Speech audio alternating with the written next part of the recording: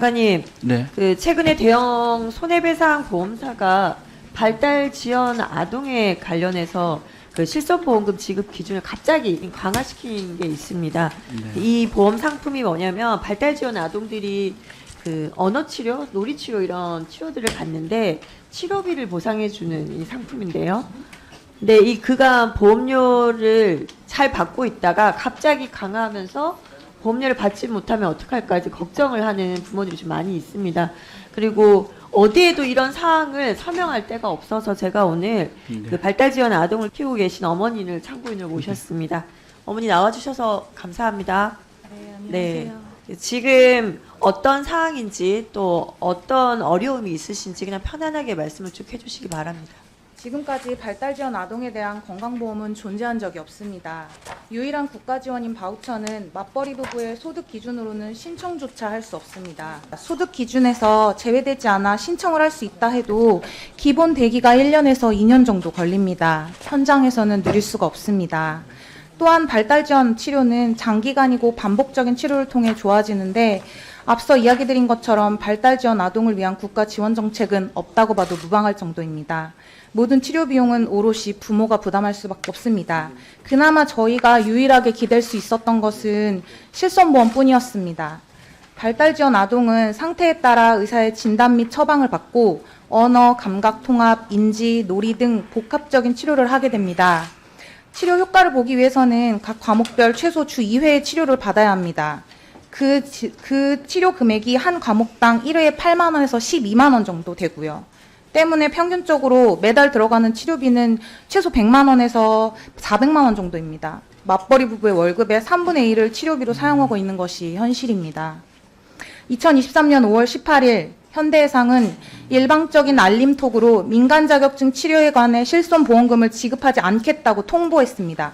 기존에는 기본 보험 청구 서류에만 내면 지급을 했었지만 통보 이후에는 부모가 치료사 자격증 번호가 적혀있는 서류를 제출해도 민간 자격증이라며 지급하지 않는 횡포를 부리고 있습니다.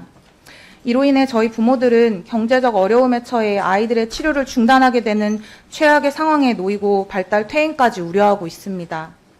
발달 퇴행이 오면 결국 발달 장애로 가기 때문에 부모들은 치료를 중단하지 않으려 투잡을 뛰고 여기저기 돈을 빌리며 피눈물을 흘리고 있습니다. 아이를 사지로 내몰지 않기 위해서 부모들은 둘째 출산도 포기하고 집 전세금까지 빼가며 스스로를 갈아 넣어 아이를 지키려 노력하고 있습니다. 가장 사회적 약자인 아이들조차 보호해주지 않는 지금의 대한민국 복지정책이 더 이상 아이를 낳고 싶지도 낳을 여력도 없게 만듭니다. 발달의 골든타임은 만 0세에서 만 7세로 이 시기 치료가 제일 중요합니다. 거꾸로 말하면 발달 지원을 알게 되는 만 2, 3세부터 치료가 가능한 기간이 고작 4, 5년에 불과합니다. 미국에서는 발달 가능성을 보고 만 9세까지는 정확한 진단을 보류하고 있지만 한국은 기준조차 없습니다. 보험사는 1년 전으로 치료를 종료할 것을 강요하고 있습니다. 복지부에서 발달 지원 아동 나이에 대한 기준을 명확히 세워주시어 아이들의 치료를 받을 수 있도록 해주시길 정말 부탁드립니다. 현대해상은 국가에서 지원하는 발달 장애인 거점병원과 대학병원에 다니는 아이들의 민간 자격증 치료사들에 대한 치료는 보험금을 지급하고 있는 반면에 일반 의원에 다니는 아이들에게는 불법 의료행위라고 치료를 못 받게 하고 있습니다. 기존과 같은 보험금을 지급받기 위해서는 대학병원을 가야 하는데 평균 대기가 2년 이상입니다. 언어재활사 등이 상주하는 일반 의원에서 하는 발달치료센터 또한 부족해서 기본 6개월 이상을 대기합니다. 그렇게 당장 치료를 이어나가지 못하는 아이들에게는 발달 퇴행이 진행되고 있습니다. 모든 발달 지원 아동을 키우는 부모들은 아이의 치료가 무사히 종결되고 정상 발달의 아이처럼 평범하게 자라기를 그 누구보다 간절하게 바랍니다. 그저 또래들처럼 평범하게 학교를 다니는 일상을 경험하길 희망합니다. 코로나란 세계적인 재난의 시기를 겹쳐 친구들과는 다른 속도를 자라나고 있는 우리 아이들에게 세상을 혼자서도 헤쳐나갈 수 있는 동등한 기회의 권리가 주어지기를 간절히 바랍니다. 대한민국의 국민으로 자기 몫을 할 수 있는 사회 구성원으로 자랄 수 있도록 인정해 주시고 도와주세요. 조금 느리지만 제 모든 것이 나입니다. 다른 아이들보다 느린 걸음이지만 저와 전력으로 걷는 중입니다. 여기 계신 모든 분들께 부탁드립니다. 제발 도와주세요.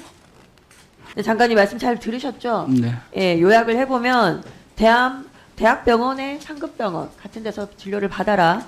일반 의원이나 센터 등에 받으면 치료비 안 줄 거다. 그리고 민간 자격증이 아니라 국가 자격증 있는 사람한테 받아라. 이런 내용들입니다. 하나씩 조금 살펴보면 보험사가 말하는 상급 종합병원의 평균 대기 기간이 얼마인 줄 아십니까? 200일이 넘습니다. 심지어 전북대 병원은 최장 대기 기간이 936일이었습니다. 그리고 주 3, 4회 정도 치료를 받아야 되는데 집 근처의 병원이 아니면 못 가죠. 두 번째는 국가 자격입니다. 지금 언어재활사 작업치료사 인원이 4만 5천 명인데요. 지금 발달 지원 아동이 13만 명입니다. 이 수요 감당 어떻게 할 겁니까? 민간 자격증 있는 사람들 빼고는. 세 번째는 치료사 자격증 번호, 치료지 당연히 권리죠. 요구할 권리가 있는데 이 부모의 입장에서 어떻게 요구를 하겠습니까? 만약에 제가 발달 지원 아동의 부모라면 왜 우리 가족만, 나만 대한민국의 일원으로 잘 키우려고 하는데 왜 나만 이렇게 해야 되지? 너무 외로울 것 같습니다. 여기에 대체 방안 있겠습니까, 장관님? 네, 매우 안타까운 사연입니다. 일단 실손보험의 한번 약관을 저희가 한번 보겠습니다. 왜 상급병일 경우에는 가능하고 개별의원일 때는 안 되는지. 그리고 제가 지금 보고 자료에 따르면 이게 막 의료기관 내 의료행위와 관련돼 있는 것 같은데, 만약 의료행위를 통해서 건보나 이런 것이 안 되면은 이와는 별도로 뭐 정부 예산으로는 지원할 수 없는지도 한번 검토해 보겠습니다. 제일 창피한 거죠. 사실 발달 지원 아동과 관련한 공적인 복지 체계가 없습니다. 네. 그게 제일 큰 문제인 거죠. 이게 그냥 부모와 보험회사 간에 해결해야 문제가 절대 아니에요. 네, 예, 동의합니다.